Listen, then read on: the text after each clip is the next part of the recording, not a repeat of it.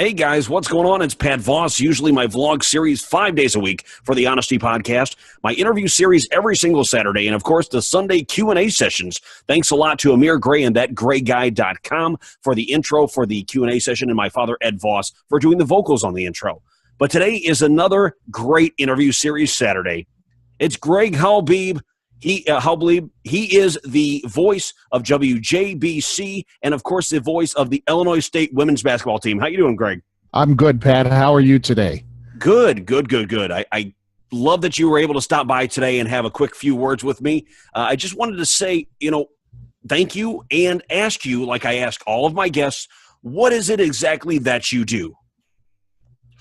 That's a good question. It might take most of the podcast, but yes, right now we're on the road. Right now I am the voice of Illinois State University women's basketball. So we're right now on the wing to the western part of the conference. So right now, as we record this is in Springfield, Missouri, and we'll head to Wichita against Wichita State Sunday. So Illinois State women's basketball host.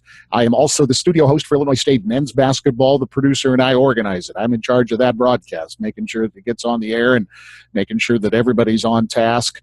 I also handle a lot of the high school stuff. And at WJBC, we have a big Friday night show during especially football season. We cover a lot of high school sports, even though we're a market for Division I university and a Division III university with Illinois Wesleyan. But we do what we actually call the WJBC Friday Night High School Extravaganza. That's its actual name, where we will send out 6 crews on any given night, sometimes 7, and we'll have a main football game, and every quarter hour we go around the horn. So I get 20-second bang, bang, bang around the horn from each of those guys, and we go back to the main game, do it all over again. We have an hour-long pregame, and our postgame takes however long it takes until 11 o'clock. So I am in charge of that as well, and I'm the traffic cop in studio. I assign it and do it everything. So I'm the guy for that. And I also do some news anchoring and the news and sportscasts in the mornings as well on our cluster of stations down in Bloomington. So I know that's not exactly a short answer, but that's good. My duties are complex, and so that's basically what I do. And I appreciate you. Like I said, I appreciate you coming on here. And there's 2 things I wanted to say. One was a question. One was kind of a statement. One, you have a great voice for radio. I love it. I love the voice. That's the kind of voice that I try to model myself after for the podcast. And then 2, how long have you been doing this? Just over 37 years. Started in the 37 and change. Started in December of 1979. So, yeah, it's been quite a long time. I've been at WJBC for about 14 years, back in a full-time capacity now. I've also been media relations director and broadcaster for the hockey teams in Bloomington, and 1 year in Peoria as well for the Peoria Rivermen. So, nice. And then as you know, just finished my tenure. I was the voice of the Normal Corn Belters baseball team in the Frontier League, pro baseball team, minor league team, and with all my other duties, which just were added on here at WJBC, kind of added upon at WJBC, I stepped aside at the end of this last season with the Corn Belters. And it's funny that you mentioned Corn Belters because I actually I used to work for WRMN in Elgin, Illinois, and we were working with Tim Calderwood, a good buddy of mine now, for the Schaumburg Boomers. And he's got a little bit higher voice. I won't knock him for that, but I will say as far as his ability to make plays happen in your mind and have the creativity to explain something to you in great detail, I love him for that. Well, yeah, Tim is a very good friend of mine as well, and obviously all of the Frontier League broadcasters, very good broadcasters league, by the way, always has been, and I've been thrilled to be a part of it, and I will still be involved in the Frontier League in some way through the Normal Corn Belters, but Tim has won the Robert Ford Award as Broadcaster of the Year at least twice that I know of, and it might be 3 times. So he knows what he's doing. It's always a joy to come to Boomer Stadium and visit with him, and vice versa when he comes to the Corn Crib to visit us for a game. And I know I'll try to get a chance to see him too, but as well as all of my Frontier League buddies who are back in the league for 2017. And I actually wanted to ask Tim to come on the show and come on the interview series here probably in the next couple of weeks.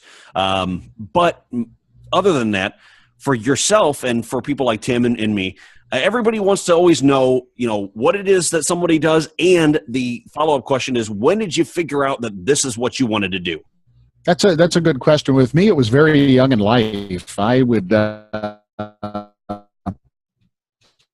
sit and just kind of follow along with the radio station. Printed the radio station logs back in the newspaper back in the day. That's kind of how old I am. But we just kind of pretend to broadcast along with that as well. And I actually was in school, and I knew that was what I would want to pursue. Okay, and I'm sorry to cut you off there. Just it was breaking up on your side just a little tiny bit, but we understand, under certain circumstances that sometimes the audio or the internet in hotels isn't the best in the world. So if I'm back, just let me know. I apologize for the glitch. You are completely back, and would you please just quickly give us a rundown of when you found out that this is what you wanted to do? I heard early in childhood, and people did hear that you were reading the papers.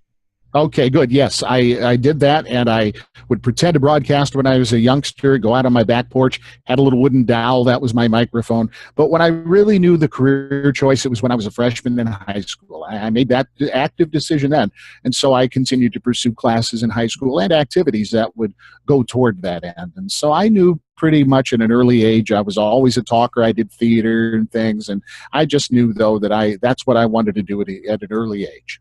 And that's awesome because I'm 28 years old. I was born in 88.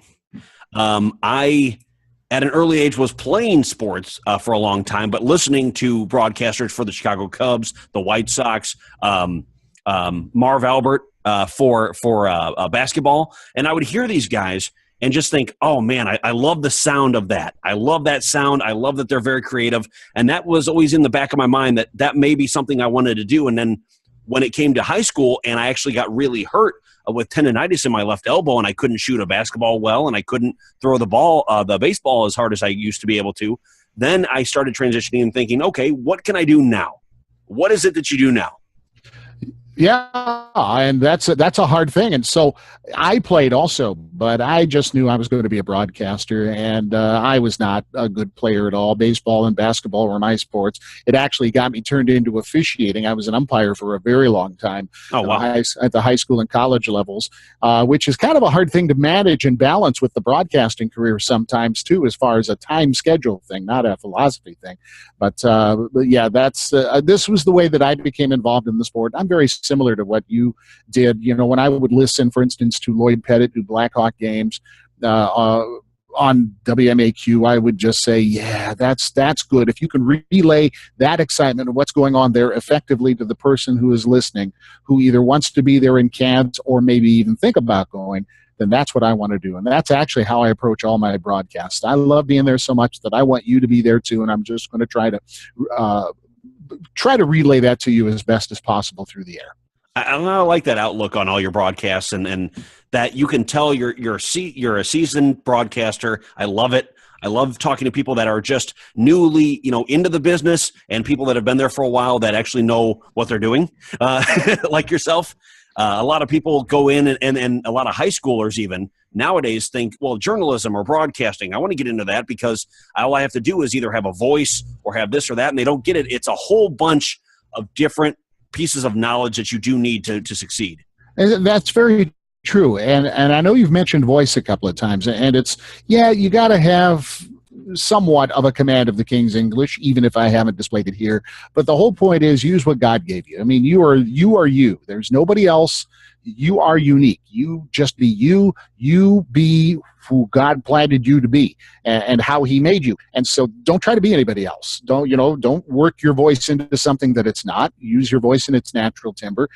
My voice is on the air just as I'm talking to you right now. So just be you. And don't listen to others. Listen and see what they do. Take some of those ideas, because we're all accomplishing the same task and goal, but just do it your way. You can co-opt it a little bit. Vin Scully's my hero, as he is for many, and I love the way that he sets up a situation And I never begin a broadcast, for instance, by saying, welcome to, like, for instance, tonight we're at JQH Arena in Springfield, Missouri. Welcome to JQH Arena. Never begin a broadcast that way. I don't. I'm not saying you don't have to, but right. I'm saying I don't. I want to say, for instance, tonight, and I haven't really scripted it out yet, but I'm going to say the Illinois State Redbirds on a 4-game losing streak, hitting a team that's rising in the Missouri Valley Conference standings. They've won 3 in a row, and they're tough on their home court. It's the Illinois State Redbirds and the Bears of Missouri State. You do something like that. That's probably pretty much what I'm going to do. I think I just wrote it a little bit in my own mind right now.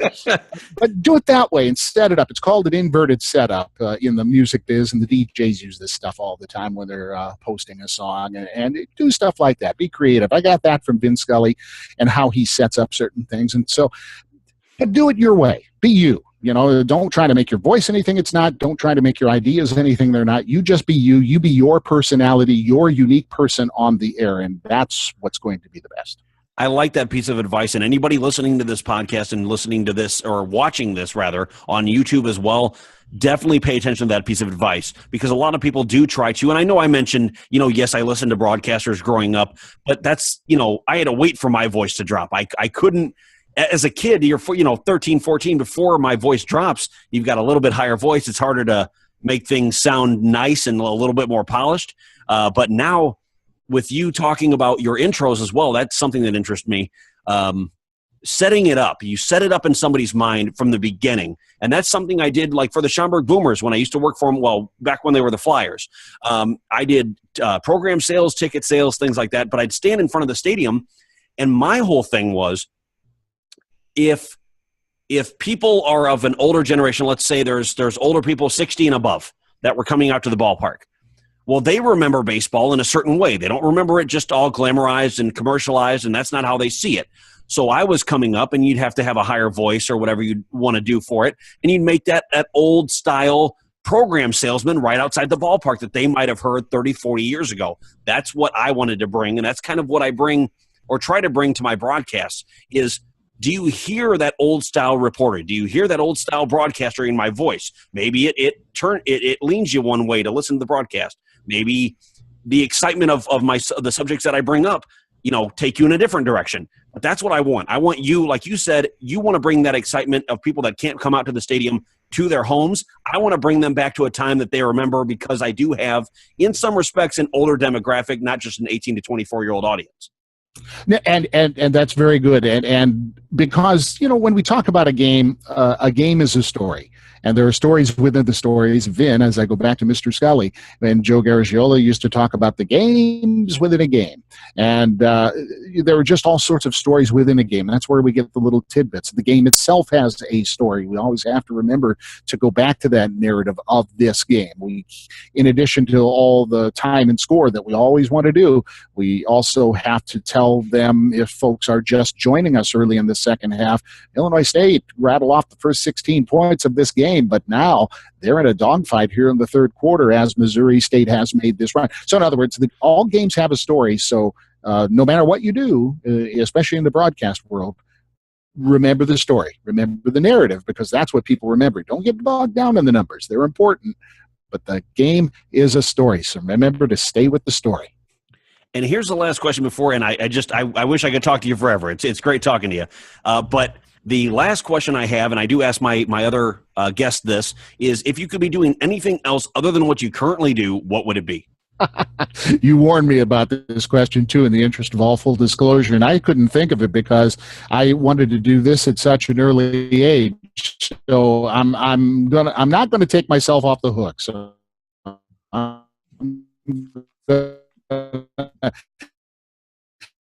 I'm sorry, we're losing you there a little bit. Answer your call, but always wanted to do it, and it was actually having. Well, all right. Hopefully, I'm back. Now you're back. Just let me know if I am, because the internet at the hotel is not the greatest. Okay, yeah, great. Internet at the back. hotel You're is good. not the greatest, so I won't push it anymore.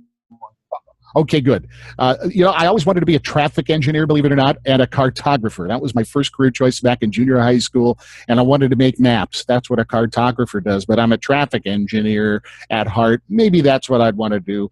But you know what? I'll be honest. I think something I would want to do and still may do, because I want to do something in ministry. You know, I believe that we are all here for a purpose. You mentioned that before, that we are uniquely and wonderfully made, and I have a deep faith in that. And I'm here for a purpose, and maybe part of the broadcast is a bit of a ministry as well. So in some form, whether it's full-time or at least a little more of my part-time, I think that would be something in some form of ministry. Just try to help and let people know about that there's good news out there. And, you know, these are games, even though they're part of life. They're very important parts of life, but, you know, they're still just part of life. And so, you know, maybe try to relay that message along in some more of a full-time capacity. A bit of a vague answer, I know, but I can see myself doing something like that.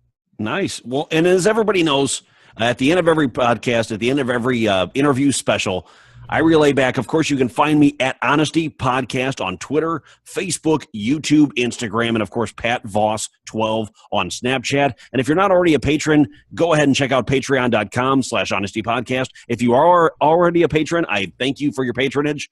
But where can they find you? The easiest way is just on Twitter. I'm at Gregor Radio on Twitter, not Gregory, Gregor Radio. So I'm at Gregor Radio on Twitter. So go ahead and check him out on. Go ahead and check him out on Twitter Radio. So try that. And by all means, we talk a lot about Illinois State stuff, but I'll throw some random thoughts in there from time to time as well. At Gregor Radio on Twitter, GREGORADIO. All right. This has been Greg Halblieb, and I'm Pat Voss. We'll see you next Saturday for another great interview special. This has been the Honesty Podcast. Tell me pretty lies, look me in the face. Tell me that you love me, even if it's fake.